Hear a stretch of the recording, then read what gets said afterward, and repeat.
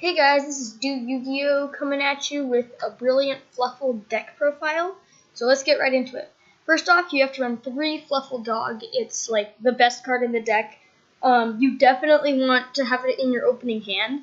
I've only had a couple duels where I didn't, and so far this deck has actually been really consistent with getting Fluffal Dog. But when it's summoned from your hand, you can add an Edge Sabers or Fluffal monster from your deck to your hand except Fluffal Dog. So that effect is amazing. Like if you have any fusion summoning card in your hand, you automatically need to get Sabers, because then you can summon your Tiger or your Wolf. And then next up we have Fluffalbearr. This is the main card to get your Toy Vendor other than draw power. You can pitch it to set a Toy Vendor from your deck, and Toy Vendor is like the engine of the deck. And then also, if you can tribute it from the field, and then add a polymerization in your graveyard to your hand. So that effect is used less often, but still important. But its main effect is get Toy Vendor. Then next up, we have Fluffal Sheep. So it's it's better late game. If you can keep it alive for a turn, you can summon your Edge Imp and then fusion. And then you can special summon it if you control a Fluffal monster other than sheep. Then you obviously run 3 Fluffal Wing. This card is kind of underrated, so a lot of people run it at 2, but I definitely run it at 3 because this card has incredible draw power. So if that's in your graveyard, which it will be a lot of the time, even by Toy Vendor's effect, because you have to discard a card. And then you can use Fluffal Wing's effect when it's in the grave. You can banish it, and then banish another Fluffal in your graveyard, and then banish that too, and then draw a card, and then you can destroy a Toy Vendor you control to draw another card. So really good draw power, and then Toy Vendor has a great effect when it's at the grave. So that's the draw engine of the deck, other than Max C. Then you run 2 Fluffal Owls. This card is great for, so when you get that card, you're pretty much on the field, you're pretty much guaranteed to get a fusion summon, because you can, when it's normal special summon from the hand, you can add a poly from your deck to your hand, and then or you can just pay 500 life points, fusion summon a Fright for fusion monster from your extra deck, so it kind of becomes a poly by subtracting 500 life points if you're out of polys in your deck or something like that. So that's a great card. I don't run 3 because it just gets in the way too much if you run 3. Then of course you run 3 Edge Sabers. This is for getting out Tiger and Wolf, the 2 main fusions of the deck. And also very helpful, you can recycle it, just special summon it from your graveyard by turning a card in your hand to the top of your deck. Then 2 Edge Chain. So Edge Chain is you either use it to get Fright for sheep, or you use it with Toy Vendor's effect, so you discard it with the effect of Toy Vendor, and then because of its effect, then you can add a Fright for card from your deck to your hand, which is very good. I kind of want to run 3, but there's not enough room, and it isn't essential to run 3, so I'm only running it at 2. Then I run 2 King of the Swamps. This card is very helpful if I can't get a Sabers or a chain, even for if I'm summoning Fright for sheep, then I can just use these. Usually I use King of the Swamp for to be Saber, or you can pitch it and then add a poly from your deck to your hand. And then next I run 2 Gem Knight Garnets. It doesn't really matter what Gem Knights run in this deck, but it's because it's Brilliant Fluffals, so it's for the Brilliant Fusion. So I run this one because it has high attack, so if you draw it, which you don't want to do, but if you do draw it, then you can at least summon it if you need to, and it has a decent attack, I guess. But you don't want to draw this card, and if you do, you want to be recycling it. Then next, you run 1 Max C. This is the secondary draw engine of the deck. Just obviously, nowadays everybody's running Max C in their main deck.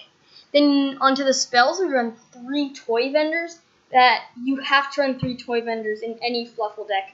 because you run 3 Fluffal bears, so you can activate if you have 2 toy vendors on the field. You can do toy vendor twice because you can activate it once with each. So oftentimes I have 2 toy vendors on the field, and so it's extremely helpful for draw power.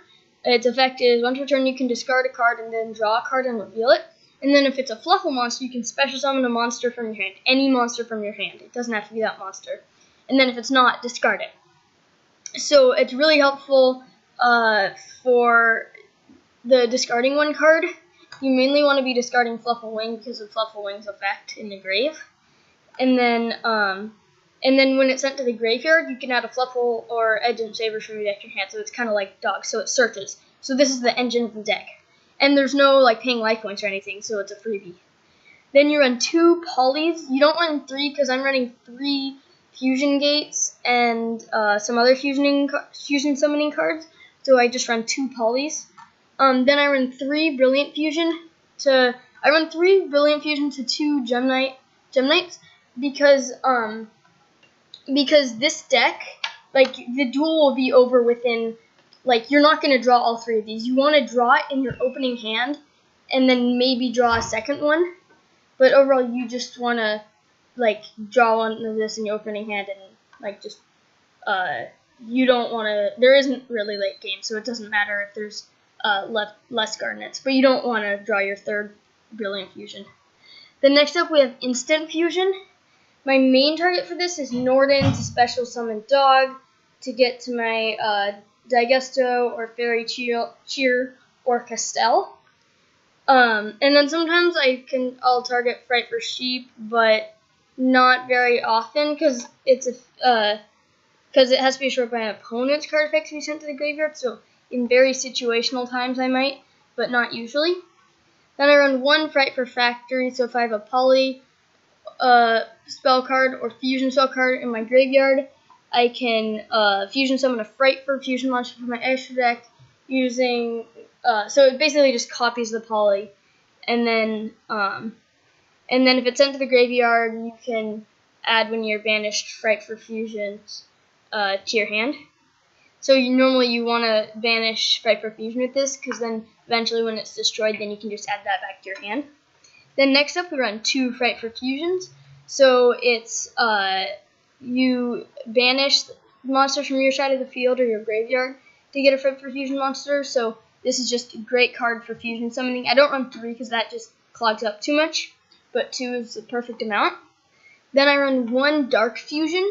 So it's a Poly, except it has to be a Fiend type fusion monster card, which all of these are. And then you special summon it, and then obviously, and then it can't be targeted by opponent's spells, traps, or card effects that turn. Then next up, so this is better than Poly in the deck, but it's not searchable. I mean, not with Fluffal Bear. I mean with Owl. So you only run 1 of it.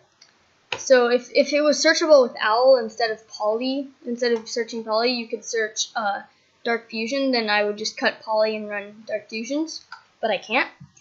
So then we run 1 Twin Twister, just good at clearing your opponent's back row, and discarding a card isn't a problem in this deck because of Fluffal Wing and all this stuff, and Edgent Sabers, discarding is helpful. Edgent Sabers, and Fluffal Wing, it's not bad to discard them.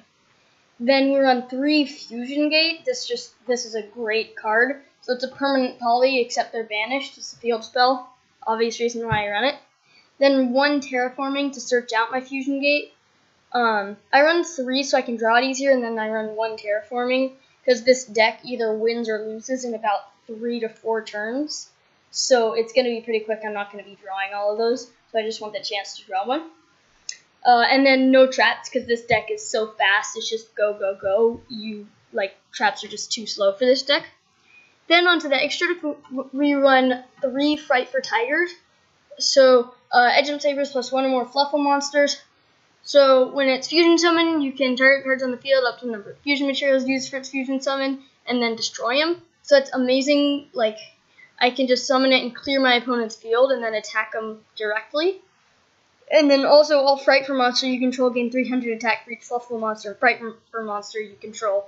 So it's guaranteed to have at least 2200 attack if its effects aren't negated because it counts itself. And then you can only control 1 Fright for tiger, but that's just a great card. Then 3 Fright for sheep. I'm thinking about cutting Fright for sheep down to 2 and putting in another wolf. I'll probably actually do that. So I'm not gonna do that right now, but I'm gonna say as if I did. So we're just running 2 Fright for sheeps actually. So if it's attacked or is attacked, your opponent cannot activate cards effects until the end of the damage step. So they can't like activate nobody really runs Mirror Force anymore, but something that like hurts you when you attack.